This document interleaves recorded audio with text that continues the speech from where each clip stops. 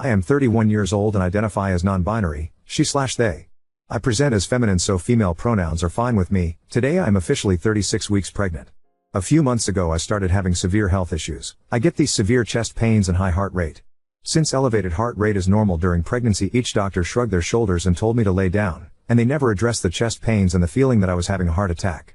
After 2 months my husband and I found a solution. If anyone is interested, it was low sodium levels. I now drink 2 sugar-free Gatorades a day, and if the chest pains start I lay down, eat a bag of chips, and I'm good after a while, but the health problems have persisted. I'm developing symptoms of preeclampsia and the chest pains are getting worse, where my normal solutions haven't been helping as much.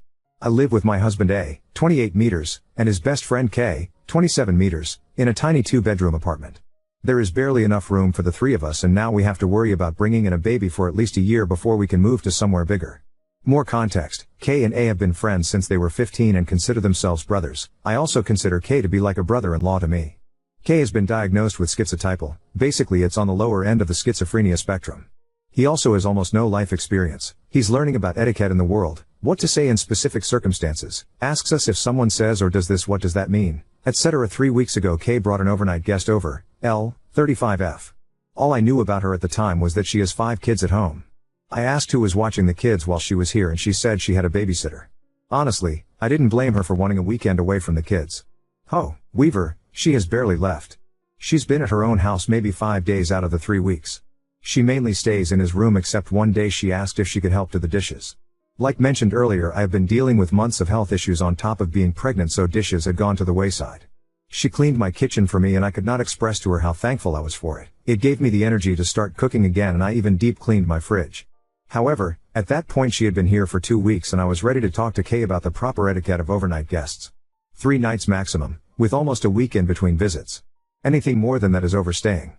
This is where I expose my throat as the Wolverine claws come. 4 days ago Kay confided in us that 3 days prior, the one day that Elle was back home, she tried to kill herself, so she was using our apartment as a refuge. I was not comfortable with this and expressed it to K and A. I am already dealing with health issues and being pregnant. I need rest and a relaxing home environment before my baby arrives, and she needs psychological help. I have been suicidal. The first time I tried to kill myself was 206, the second time in 2019, and going to the psych ward was exactly what I needed at the time. I got the care and resources that I needed and I pushed them to push her to do the same. I did not want her in our home.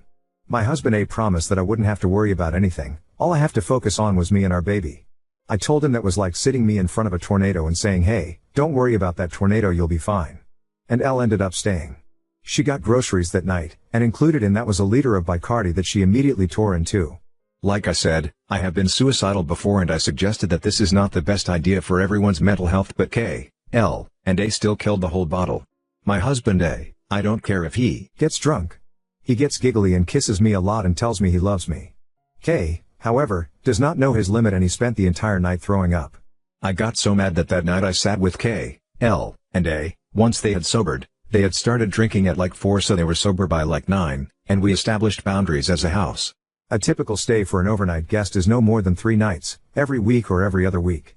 Elle promised that she would leave in the morning because she had been here for 3 weeks more often than she hadn't been here. I let her know if she needs resources to let me know and I can help. She said she had a doctor's appointment the next day, so I felt if she expressed her needs to her doctor then she can leave our apartment safely. The next afternoon she brought more groceries for us. She said it was a thank you for letting her stay and I thanked her for the groceries. She talked about wanting fried zucchini or something. I assumed that she had bought a bag of zucchini crisps or something with the groceries. When she left I saw that she had bought oil, whole zucchinis, and breadcrumbs, and I realized she had invited herself to use my kitchen to cook. I know during this next section I did wrong. I'll show my ass to be spanked here. My kitchen is my domain. I have been in the restaurant industry since I was 15 and I am a fucking good cook, and since I'm currently unemployed that is how I provide for my family. You know how cats are territorial over their space? That's how I am with my kitchen. After the realization that she was inviting herself to cook in my kitchen, I also realized that she was not leaving today as she promised. I saw red. I packed up my things, went to my parents' house, and I texted my husband that I will not be returning until Elle is out of our home. We made a boundary as a home and she did not follow it. My husband got mad at me because this is my problem and I needed to handle it myself. I told him that 1. He had 2. LD me the day before I wouldn't have to worry about anything except myself and our baby, and 2. She violated a boundary we made as a house and so it is our problem. I talked to Kay about Elle leaving, and Kay said she can't go home because she is still living with her abusive ex, whom she is still married to. That's who has been taking care of her kids while she's in our apartment. I mentioned getting a police escort to get him out of the house, get an order of protection, and making sure her home is safe for her to return to. Elle said that would make things worse because she is solely financially dependent on him. That is why she's been here for so long. So I asked if she wanted to be dropped off at a women's shelter so that she can get the resources she needs to get herself and her children away from him. She refused. At this point I have dinner with my family, I decompress, I get my anger under control, I talk out the situation, and I'm feeling better. I called my husband at this point. He pointed out that it wasn't okay with me to delegate my problems to him when I'm the one with the problem.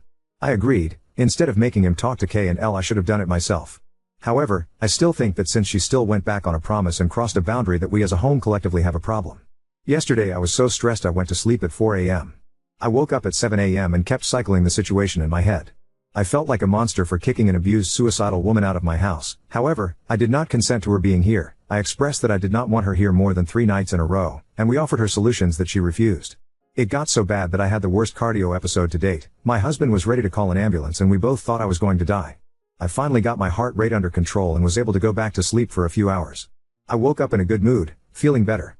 I had rehearsed what I was going to say to Elle. I was going to sit her down and tell her why I didn't want her in my home. When I got up and saw her still here saying she couldn't find her driver's license, I realized that I shouldn't have to sit and explain my piece. We gave her resources that she refused, we asked her to leave and she didn't for the second day in a row, and I shouldn't have to explain myself. I am 8 months pregnant and I just wanted peace in my home again. Last night Kay asked me if she could stay one more night to make sure she has a safe space to go when she leaves. I spent a long time thinking and I said she could stay one more night if that meant she had a safe space to go. It is now the day Kay said she would be gone. I don't know if she's here. I don't know if she found her license. I don't know if she's going to use the resources we provided for her. I just want to spend the next 3 weeks of my pregnancy in my home, just Kay, and I just want control of my kitchen back. ETA, my brother and I sat and contemplated if she had ill intentions. He said, it's cheaper and easier to buy groceries and live with someone else than to go home to 5 kids. There were also lots of behaviors on her part that made me think that she could have ill intent. I could assume these things all day, but in the end I don't know what she intended. All I know is I did not consent to having her in my house and using it as a refuge. Update 1. I am on the lease alongside Kay and A. We moved in together, all 3 of us, at the same time. They've known each other since they were 15, but we've all lived together for 2 years now. So yes, it is my kitchen, something that all 3 of us established when we moved in. To those saying to get Kay out of the apartment, we will not be doing that. Kay has never acted out in violence, and he honestly didn't know that the maximum amount of time an overnight guest should stay is 3 nights. From his point of view, he was helping a friend that he just happened to be banging. When we all first moved in together, we should have established this with him, but we didn't, and now here we are. I added the context of Kay's mental state to show that he definitely could be taken advantage of here, and as each day passes I think that's what's happening. I agreed when we first moved in with my husband and Kay that Kay can stay with us for as long as he likes. Sometimes he needs help remembering to eat and just needs a little help and support in his life. When we bring up issues with him, he's always good about trying to fix things. To the commenter who said my husband is a dillweed, you are correct, he acted like a dillweed here. When I got home from my parents' house we sat and had a long come to Jesus talk, and now his rhetoric has changed. Especially when he saw how this was affecting my health. He changed his tune real fast and he wants her out of our apartment as badly as I do. I'm also glad that people are stating what I've been saying since the beginning. It sounds like she's using him so that she doesn't have to take care of her 5 kids anymore. She is comfy and cozy in our peaceful home, and based on her behavior she is trying to slowly move in with us. I will admit, the fact that A and K saw nothing wrong with this made me feel like I was going crazy. As soon as Elle leaves, we're having another house meeting to talk about why I was so upset, and how we're going to act from now on. I'm also going to be asking Kay not to have any overnight guests here until we move into a bigger place. I want to rest and recover and raise my baby without having to worry about anyone Kay brings home. And to those who said this situation is dangerous to my health, you were right. A few hours after this post I found that I could not calm down and felt something was wrong. I checked my blood pressure and it was 168/98. My husband and I ran to the ER where it calmed down to 140/90, enough for the doc to be concerned, but they released me. I have had perfect blood pressure my whole life, so for it to be consistently 140 is making me even more stressed. And while we were at the hospital we got a call from Kay. Guess what? Elle still hadn't found her license and was still in our apartment. Elle says she's going to have a friend come get her car and herself at 8 a.m. sharp tomorrow morning. At this point I need to remain calm. I just took deep breaths and all I said was okay. If I do anything else I'll put myself and my baby at risk. Update 2. I would like to go up to bat for my husband. At the beginning of this week, back when we just thought she was a suicidal abused woman, my husband had no problem with her staying as long as she'd like, because if she's here, she's not being abused at home.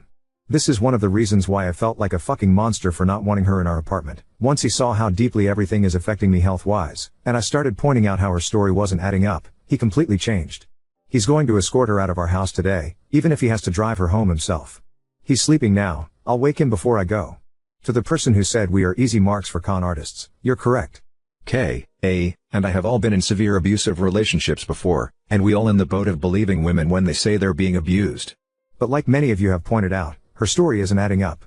This comment section has empowered me in ways you guys don't even realize. I now know that I was not wrong for wanting her out of my home. My reaction wasn't strong enough. Someone suggested I have just as much say and power in the apartment as Elle does simply because I don't pay rent. To them I say, ha. As stated, I am on the lease. K and A pay rent and I contribute by making sure they are fed. I leave big household decisions to them, but in the politics of our house we are all equal. And to those who don't understand that in rental agreements overnight guests are only allowed to stay a maximum of 3 nights, guess what? Overnight guests are only allowed to stay a minimum of 3 nights. As per the rental agreement. I don't have the strength to explain any further than that, so feel free to educate yourself. And to those concerned with my health, genuinely, I thank you. It's been a rough pregnancy, and ever since this started at the beginning of this week things have gotten concerningly worse. My usually perfect blood pressure is now constantly spiking and is consistently higher than usual. In the last 4 days I've had less than 20 hours of collective sleep. Last night was 3 hours. I watch people read Reddit stories on YouTube before I go to sleep and I kept finding myself not comprehending what they were saying. My baby shower is tomorrow and I am not excited about it anymore. I'm not really excited about anything anymore. I already had plans to stay tonight at my parents' house so I could do baby shower prep in the morning. In hindsight I should have stayed at my parents' the first time until she left. This time, I'm packing extra clothes and I'll be there until further notice.